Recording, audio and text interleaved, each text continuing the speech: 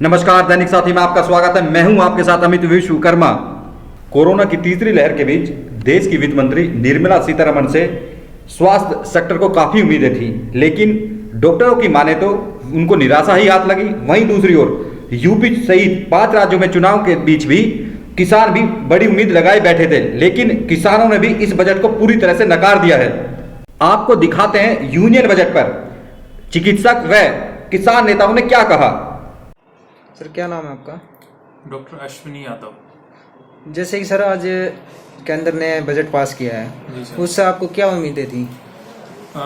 Budget में particularly जो health related जो हमें उम्मीदें थी, वो पहली चीज ये है कि कोविड जो पेंडेमिक को देखते हुए गवर्नमेंट ने मतलब कोई ऐसा स्कीम या ऐसी चीज लॉन्च करनी चाहिए कि जिससे इंफ्रास्ट्रक्चर डेवलपमेंट फर्स्ट, उसकी एक्सपेक्टेशन है कि भाई इंफ्रास्ट्रक्चर हॉस्पिटल रिलेटेड या हॉस्पिटल पेशेंट से ट्रांसपोर्ट रिलेटेड हो, जैसे एम्बुलेंस फैसिलिटी हो, या रूरल मिशन जैसे जो अपने रूरल रिमोट एरिया में रहते हैं उनकी ट्रांसपोर्टेशन के लिए, उनकी फैसिलिटी के लिए कोई स्पेसिफिक चीज लॉन्च करनी चाहिए ऐसे कि जिससे जिन एरिया में मतलब ऐसी एक्सेसिबिलिटी नहीं है, हॉस्पिटल्स और डॉक्टर्स की एक्सेसिबिलिटी नहीं है, क्योंकि इस कोविड एरिया में पेंडेमिक जो उस टाइम में हमने ये देखने को मिला है कि पेशेंट्स का ट्रांसपोर्टेशन ही बहुत पुअर था। मरीज मतलब की एक्सेसिबिलिटी नहीं थी कि वे हेल्थ में या हॉस्पिटल में वो आ सके, पहली चीज। दूसरा, आ गया तो उसको फैसिलिटी क्या है, ना तो कहीं बेड नहीं है, कहीं मतलब जो इंफ्रास्ट्रक्चर की अवेलेबिलिटी नहीं है, कहीं डॉक्टर्स की अवेलेबिलिटी नहीं है। तो उस चीज को लेके जैसे मेडिकल पोस्ट का और बढ़ाना चाहिए। गवर्नमेंट इंस्टीट्यूशन में स्पेसिफिक जो सर्विसेज है वो स्टार्ट करनी चाहिए, स्पेशलिटी सर्विसेज। जैसे प्राइवेट हॉस्पिटलों में तो सब जगह भाई ये हार्ट के डॉक्टर हैं या गैस्ट्रो के हैं या दिमाग के हैं, न्यूरोलॉजिस्ट है, सारे कार्डियोलॉजिस्ट ये। बट गवर्नमेंट जो हॉस्पिटल्स हैं, डिस्ट्रिक्ट हॉस्पिटल है, मेरे हिसाब से कि इनको भी हमें री इन्फोर्स करना चाहिए, इसमें अपग्रेड करना चाहिए इनको, ताकि क्योंकि पुअर और मिडिल क्लास तक के लोग अराउंड 70% है ना, उन्हीं कोई एक्सेसिबिलिटी नहीं मिलती। दूसरा, उनसे रिलेटेड इस टैक्स में रिलेटेड या वैसी कोई हेल्थ रिलेटेड आई थिंक कोई चेंज नहीं किया गया आज की, उसमें कोई अपडेट नहीं है। जो लास्ट ईयर था ऑलमोस्ट सेम ही रहा है। दूसरा, ये अच्छी बात है, आयुष्मान भारत जो डिजिटल मिशन लॉन्च किया है उसका मतलब ये ABDM बोलते हैं उसको शॉर्ट फॉर्म में, तो उसका ये फायदा है कि वो एक डिजिटल आईडी बनाई जाएगी। उससे क्या है, वो एक आईडी इशू कर दी तो किसी भी प्रोफेशनल्स को, मतलब आपस में जो डॉक्टर्स हैं, हम किसी भी हॉस्पिटल से एक पेशेंट यहाँ रजिस्टर हो गया, उसकी कंप्लेंट जो उसकी बीमारियां उसमें रजिस्टर होगी, तो चाहे पेशेंट दूसरी जगह मान लो रिकॉर्ड नहीं भी है, उसकी लैब रिपोर्ट नहीं है, बीमारी का नाम नहीं है, तो उसको दूसरी जगह भी यदि वो आईडी से हम पता लगा सकते हैं इसको क्या प्रॉब्लम है, क्या थी, मान लो वो मिस भी हो जाए कहीं। तो एक इसका अच्छा है कि यूनिफाइड पोर्टल सिस्टम क्रिएट कर दिया, ये बहुत अपने आप में एक बहुत अच्छी चीज है। तो ये डिजिटल मिशन के लिए बहुत अच्छी है। आयुष्मान भारत जो डिजिटल मिशन है वो बहुत अच्छी चीज है। बाकी जो सेक्टर में हेल्थ के अलावा उनमें तो काफी फोकस किया है गवर्नमेंट ने, जैसे रिन्यूएबल एनर्जी का बहुत अच्छा बात है ना, क्लाइमेट को प्रिजर्वेशन के लिए, जैसे पोल्यूशन कम करने के लिए इलेक्ट्रिकल व्हीकल जो लॉन्च किए उसमें काफी ज्यादा बजट्स पास किया है। ग्रीन एनर्जी के लिए आई थिंक करीबन शायद 12,000 कुछ ऐसा करोड़ रुपए कुछ का, मतलब पर्टिकुलरली रिन्यूएबल एनर्जी के लिए किया है, वो अच्छी चीज है। उसके बाद ये टेलीमेडिसिन जो हमारा है हेल्थ में, ये बहुत अच्छी चीज लॉन्च की है। टेलीमेडिसिन का मतलब जैसे कोविड एरिया में क्या है, बहुत सारे पेशेंट्स हॉस्पिटल तो नहीं आ सकते, तो उनको फोन कंसल्टेशन मतलब डिजिटल मीडिया के थ्रू, जैसे व्हाट्सएप हो या एक प्लेटफॉर्म लॉन्च किए, डिजिटल प्लेटफॉर्म बहुत सारे हैं डिजिटल आज की डेट में जो अवेलेबल, जो ऑनलाइन कंसल्टेशन देते हैं, वीडियो प्लस ऑडियो बहुत कंसल्टेशन। तो वो एक अपने आप में अच्छी अहम चीज है, उसको इस बजट में काफी ज्यादा अहमियत दी है कि टेलीमेडिसिन बोलते हैं। फिर रिमोट एरिया में वहां पे पेशेंट जैसे बैठे बैठे भी वहां पे अपनी प्रॉब्लम को वीडियो कंसल्टेशन के थ्रू अपनी बीमारी को बता सकते हैं और डिजिटल माध्यम से ही अपनी बीमारी का इलाज भी पा सकते हैं। तो ये अपने आप में बहुत अच्छी चीज है। बाकी एक्सपेक्टेशन तो बेसिकली क्या है कि एक मतलब गवर्नमेंट ने एक अपनी इंश्योरेंस स्कीम लॉन्च करनी चाहिए जिस हिसाब से ना, जैसे प्राइवेट इंश्योरेंस है, सारी मेडिक्लेम पॉलिसीज है, ऐसे गवर्नमेंट की पॉलिसी भी एक रीजनेबल कॉस्ट में दैट शुड बी मतलब available and accessible to all population, चाहे गरीब हो अमीर हो, उसके लिए एक रीजनेबल कॉस्ट में करना चाहिए। ताकि क्योंकि बाहर जैसे हम देखते हैं दूसरे कंट्रीज में ऑलमोस्ट 99% इंश्योर्ड होते हैं सब, तो ऐसा मिशन यदि इंडिया में लाया जाए तो एक कॉमन आदमी है जो उसके लिए एक्सेसिबिलिटी बहुत अच्छी हो जाएगी यदि ये, ताकि वो अपना इलाज भी करा सके। तो मेरे हिसाब से ये चीज गवर्नमेंट को इस बजट में हमारी एक्सपेक्टेशन थी कि ऐसा आना चाहिए। एक इस बजट में इनकम टैक्स के ऊपर कोई राहत हाँ, नहीं है, इनकम इसके टैक्स ऊपर का- आपकी जी, इनकम टैक्स के लिए मतलब पहले एक्सपेक्ट किया जा रहा था कि कुछ एक्सपेक्टेशंस की कि भाई जो क्योंकि टैक्स जो पे करता है वो पुअर मैन और मिडिल क्लास तक ही पे करता है ना। क्यों? क्योंकि वो उसकी या तो सैलरीड होता है, सैलरीड में पूरा टैक्स डिडक्शन हो जाता है।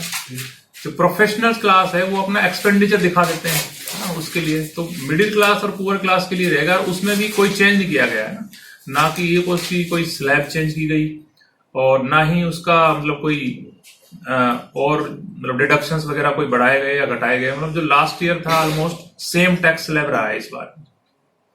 एक जीएसटी से 1.40 लाख करोड़ कलेक्शन किया, ये क्या ये सही किया है? जीएसटी से भी बेसिकली क्या कुछ फील्ड है जिसमें जीएसटी एग्जेम्पशन होने चाहिए मेरे हिसाब से। जैसे हेल्थ का है जो है वो फुल एग्जेम्प्ट होना चाहिए, जो हेल्थ कॉस्ट है जो वो, इंश्योरेंस है जो, ये बेसिकली क्या है जीएसटी कॉस्ट से मतलब कोई भी चीज की हम कराएं, यदि जो पुअर आदमी है जो उसको काफी ज्यादा बर्डन पड़ जाएगा ऑलमोस्ट, क्योंकि मैक्सिमम चीजों में 18% तक इंक्लूड है जीएसटी ज्यादातर चीजों में। हालांकि हेल्थ में थोड़ा कम है उनसे, 5 to 13% है कुछ में। पर ये यदि जीएसटी एग्जेम्पशन हो या फिर गवर्नमेंट को मान लो जीएसटी कलेक्ट कर रहे हैं तो और चीजों में इन क्लास को बेनिफिट भी देना चाहिए, एक्स्ट्रा बेनिफिट मान लो, है ना। बाकी तो चीज मेरे हिसाब से एक चीज और है जो हाईलाइट करना चाहूँ मैं कि ऐसा एक्सपेक्टेशन है कि भाई जो मेडिकल फील्ड में जो प्रोफेशनल्स हैं बेसिकली क्या है, वैसे तो गवर्नमेंट मान लो आपस में कहती है कि भाई आप सेवा करो है ना, पेशेंट से रिलेटेड, लेकिन उनको मानती गवर्नमेंट बिजनेसमैन ही है, सेम कैटेगरी में रखा गया है क्योंकि इनकम टैक्स भी सेम स्लैब से पे करते हैं, एग्जेम्पशन भी सेम है ना, फैसिलिटी भी सेम चीज। मेरे हिसाब से क्योंकि ये प्रमोट करने के लिए ताकि गरीब मरीजों का इलाज भी डॉक्टर भी मतलब अपने आप में करे। क्यों? क्योंकि उनको उस तरफ से यदि बेनिफिट मिलेगा तो बेटर सर्विसेज दे पाएंगे, कुछ मरीज का फ्री में भी इलाज हो सकेगा ना, तो वो पेशेंट्स को डायरेक्ट बेनिफिट दिया जा सकता है ये चीज। Thank you. क्या नाम है सर आपका? मेरा नाम डॉक्टर विराट वीर यादव है। सर जैसे कि आज केंद्र ने बजट पास किया है तो उससे आपकी क्या उम्मीदें थी? उम्मीदें तो हेल्थ केयर सिस्टम को बहुत ज़्यादा थी बजट से, लेकिन बजट में हेल्थ केयर सिस्टम के लिए अलग से कुछ भी नहीं किया गया है, ना ही हेल्थ केयर वर्कर्स के लिए अलग से कोई प्रावधान किया गया है। जैसा कि पहले स्कीम थी कि हेल्थ केयर सबसे ज़्यादा कोविड अफेक्टेड कोविड वॉरियर्स थे और उनकी फैमिलीज को जो बजट था वो भी आज तक नहीं मिला है।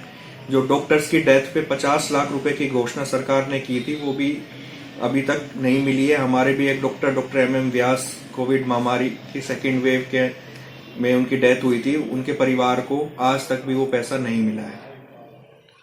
आज केंद्रीय वित्त मंत्री श्रीमती निर्मला सीतारमण ने वर्ष 2022-23 का केंद्रीय बजट पारित किया और इस बजट से देश के किसानों को बहुत भारी उम्मीद थी, क्योंकि लंबे संघर्ष के बाद अपनी बात को मनवाने के लिए जो किसान की हालात सुधारने के लिए आंदोलन था, लेकिन आज जब बजट पेश हुआ तो उसमें केवल किसानों को निराशा हाथ लगी है। अभी ये ढिंढोरा पीट रहे हैं कि 2,70,000 करोड़ रुपए हमने एमएसपी के लिए रिलीज किया है, हमने एमएसपी के लिए रखेंगे। उसमें 2,37,000 रुपए 2,37,000 करोड़ केवल गेहूं और धान के लिए है। अब 23 फसलों पे एमएसपी डिक्लेयर होती है, केवल 2 फसलों पे जो देश की जरूरत है, जिनकी एमएसपी बढ़नी चाहिए थी, जो इनके फार्मूले स्वामीनाथन रिपोर्ट के अनुसार 1.5 गुना होनी चाहिए थी, लेकिन आज निम्न स्तर पे है।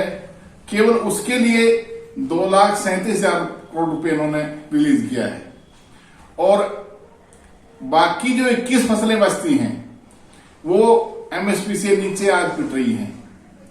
इनका वादा था कि हर खेत को पानी, लेकिन सिंचाई व्यवस्था के लिए उन्होंने कुछ नहीं किया। सम्मान निधि अभी 2016 से ढिंढोरा पीट रहे हैं कि 2022 तक किसान की आय दुगनी होगी, लेकिन आय दुगनी तो क्या, आय तो कम हो रही है। किसान की जब लागत बढ़ गई, किसान का कर्जा बढ़ गया, किसान की आत्महत्याएं बढ़ गई, तो ऐसे में कह नहीं सकते कि ये किसी भी तरह जो ना आय दुगनी होने के कोई संकेत हैं।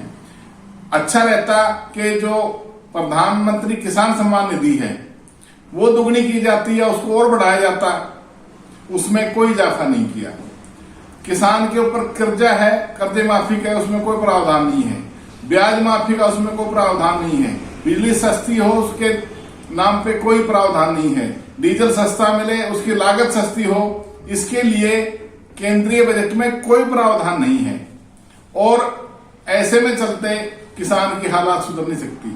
किसान को राहत देने वाला बजट इसको नहीं कह सकते, केवल और केवल एक झुंझुना है। ये 2,70,000 करोड़ रुपए का ढिंडोरा पीट रहे हैं एमएसपी के नाम। एक बात तय है, किसान आंदोलन से हारी हुई सरकार इतनी तिलमिलाई हुई है, इतनी अपमानित है, इतनी गुस्सा है कि अब किसानों से बदला लेने पर उतार हुआ है।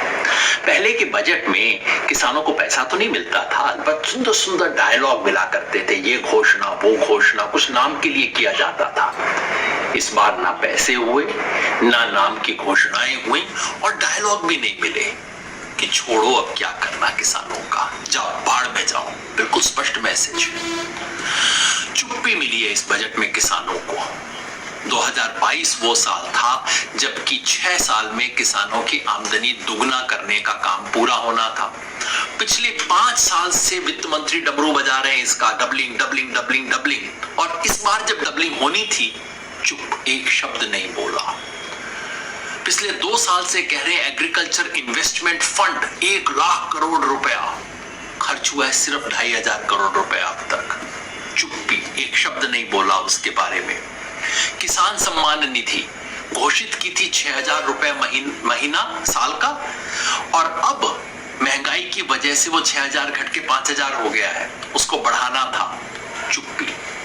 प्रधानमंत्री फसल बीमा योजना सब राज्यों ने छोड़ दी, किसानों की संख्या घट गई है, उसको कैसे ठीक करें। चुप्पी। मनरेगा 15,000 करोड़ रुपए का डेफिसिट पड़ा है, राज्यों के पास पैसा नहीं है देने के लिए, उसे बढ़ाना था। चुप्पी। क्या बोली? बोली कि हमने एमएसपी पर इतनी शानदार खरीद की है, 2.37 लाख करोड़ रुपया हमने किसानों को पहुंचाया है उनकी अपनी फसल का। बताना भूल गई, पिछली बार इससे ज्यादा था, 2.48 लाख करोड़ रुपए की खरीद हुई थी। किसानों की संख्या घट गई है, बेनिफिशियरीज की जितनी प्रोक्योरमेंट हुई थी वो घट गई है, उस सब के बारे में कुछ नहीं बोली। क्या बोली? ड्रोन देंगे, जैसे रेल दी थी ना किसानों को, ड्रोन देंगे। बस यही सोचिए कि सैटेलाइट से मामला अब ड्रोन तक आ गया है।